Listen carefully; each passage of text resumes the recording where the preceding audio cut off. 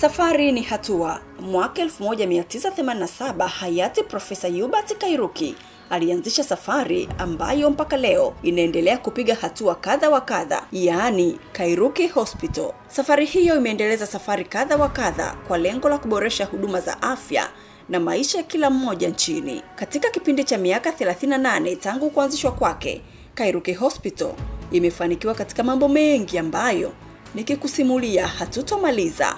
Ndoto za hayati Profesa Kairuki zikapelekea kuanzishwa kwa chuo cha kwanza kumilikiwa na mtu binafsi nchini Tanzania, yaani Kairuki University mwaka 1997.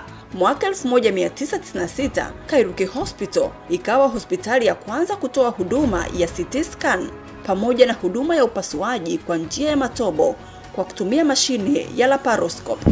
Kairuki Hospital pia ni hospitali ya kwanza kutumia mfumo wa kielektroniki wa usimamizi wa hospitali, ambapo mwaka 2013 Rais Jakaya Kikwete alizindua mfumo huo na kuzisihi hospitali nyingine kuja Kairuki Hospital kujifunza namna ya utumiaji wa teknolojia hiyo. Kairuki Hospital pia ni hospitali ya kwanza binafsi kumiliki kiwanda cha uzalishaji wa majitiba, yaani Kairuki Pharmaceuticals Industry Limited, kilichopo Pwani Kibaha.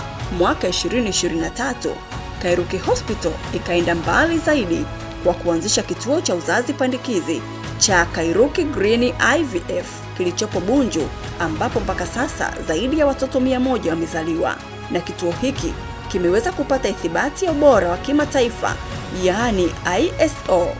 Na mwishoni mwa mwaka 2023, Kairuki Hospital ikawa hospitali ya kwanza katika ukanda wa Afrika Mashariki na Kati kutoa huduma ya kuondoa uvimbe bila kufanyiwa upasuaji kwa kutumia mtambo uitwao High Intensity Focused Ultrasound, mtambo ambao unapatikana katika nchi 4 tu barani Afrika. Huduma hii inaondoa vimbe mbalimbali mwilini, ikiwemo uvimbe kwenye kizazi, matiti, tezi dume pamoja na vimbe nyingine zote zinazoweza kufikiwa na mtambo huu.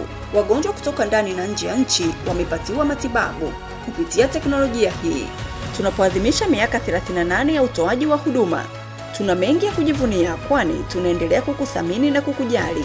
Hakika wewe ni kipaumbele chetu. Asante kwa kuendelea kutuchagua. Kwa pamoja tunasema Kairuki Hospital, mgonjwa kwanza.